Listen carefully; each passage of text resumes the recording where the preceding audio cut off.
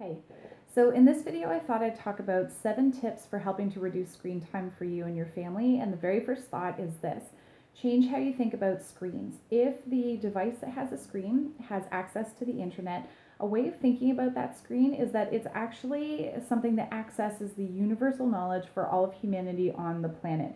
And if you think of it that way, rather than just as an entertainment device, then any screen that can access the internet has limitless possibilities for learning, for buying, for selling, for just doing all sorts of different things. And so if you realize that it's a tool, that could help you to make some decisions about tip number 2. I'll give you in just a moment.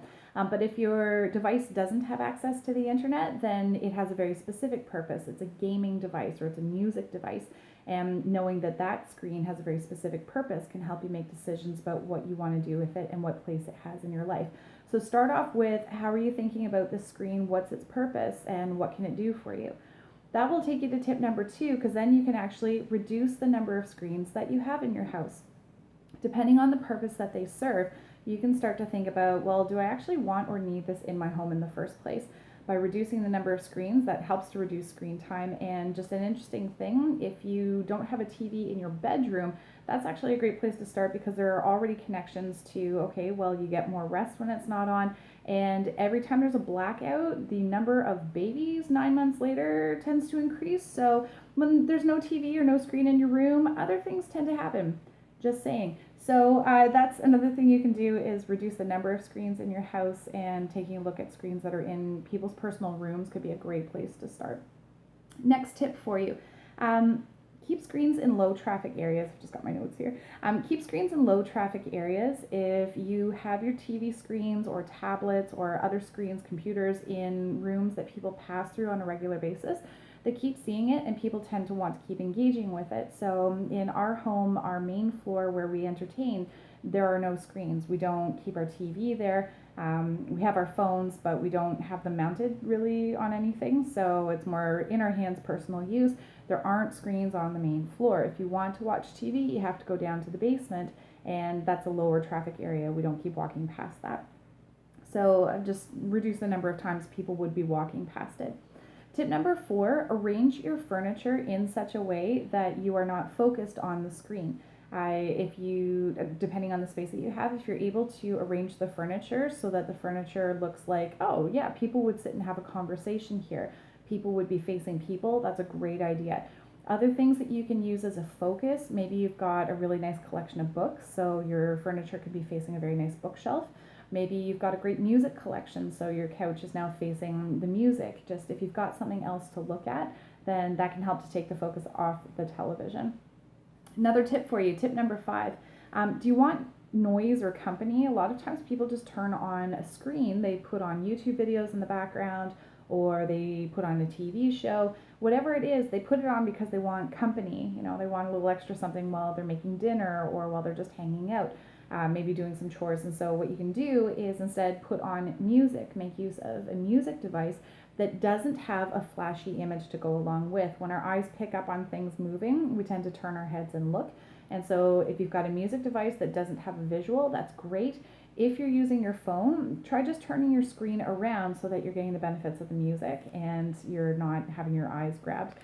This is especially fantastic for kids, because if you're playing music in the background, it tends to have a calming effect, even if it's more upbeat music. And to go along with that, just it supports independent play. So for whatever reason, I can't tell you why, but for whatever reason, when there's music playing, children tend to feel more comfortable playing independently and for longer periods of time. So just a nice thing that you can do. And then another tip for you: set boundaries. If you are especially a parent who's trying to help a child or a teen find the healthy balance for screen time in their lives, you're the parent, which means that it's very healthy and important for you to set boundaries and expectations. It's okay for you to say, no, like, you only get to use your screen, your tablet, maybe for half an hour a day or an hour a day. Maybe you have limits on how much time is entertainment, and then if they want to spend more time on there, it has to be learning. So, hey, pick an animal that you're really interested in, find out more about it, and when we have dinner tonight, I want you to tell me 5 things that you learned about that animal. If they want to spend time with the screen, then they need to actually, have done something useful with it. It's okay to say you have expectations for how they use it, or that you have an expectation for when it gets turned off. Maybe that even means that you take it away and you put it away somewhere else. If they give you attitude, it's uncomfortable, but it's also something worth working through, because you're the parent, you're in charge, and by saying no and saying there's a limit to the screen time, you're setting them up for really good things later. And the last tip or idea, number 7, is just if you encounter behaviors where you're going, oh crud, I think we're already addicted. And whether that's you as an adult, other adults in the house, teens, the kids, if anybody is having a really bad reaction to the idea of a screen being taken away, they're pitching a hissy fit, or they seem distracted and lost and they don't really know what to do with themselves, a great idea, get out into nature. And my reason for making that recommendation is that, one, I'm an outdoor educator. That's part of my history, part of my professional past. And we regularly had people where, no, they were going squirrely. It was, you could actually see they were having difficulty focusing. They were having a hard time maintaining clear thought. And a lot of that just had to do with they were so used to being plugged into technology. You got them out into nature, and within a few hours, there was a very marked difference in their behavior.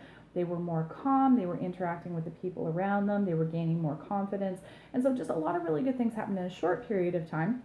Are you kidding me? The longer that you do that, the more benefits that you get. And the book that I'll share with you to support that, if you want to know more about something called nature deficit, pick up a book called Last Child in the Woods. It's by Richard Louv, and Richard is Richard, Louv is Louv. What a fantastic book, and it can walk you through more about getting your family out into nature and how that can help with the healing process if interaction with screens too much has actually resulted in some relationship issues, health issues, whatever those happen to be. Just nature is healing, so get out there. What I'll share with you is that I had an opportunity to go up north and do some training. And so while in Nunavut, northern province in Canada, I had practically no internet access. It was really weird at first, especially because I wanted to check in with my family and find out how things were going, check Facebook.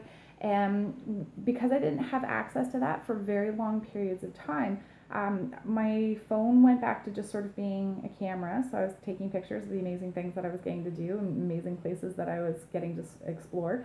And by the time that I finished and got home, I felt so much more peaceful, and I am actually profoundly grateful for that experience of having gotten away from screens for so long. It kind of reset my brain a little bit. It's been making me look very differently at how much time I want to spend with my phone versus how much time I actually want to spend with my family. Screens have a different place in my life. Now, I've also found that I've gotten sucked back into more screen time than I intended to, but now I know how to be more intentional, more aware of that screen time, and I know to fight back. The screen, even though really good things are happening. I love YouTube. I love making videos. I love, being able to share and learning from other people. I also know that in front of the screen is not where I want to spend my life. So those 7 tips, they're helping us, and I'm going to keep applying them so that I can keep getting better at this.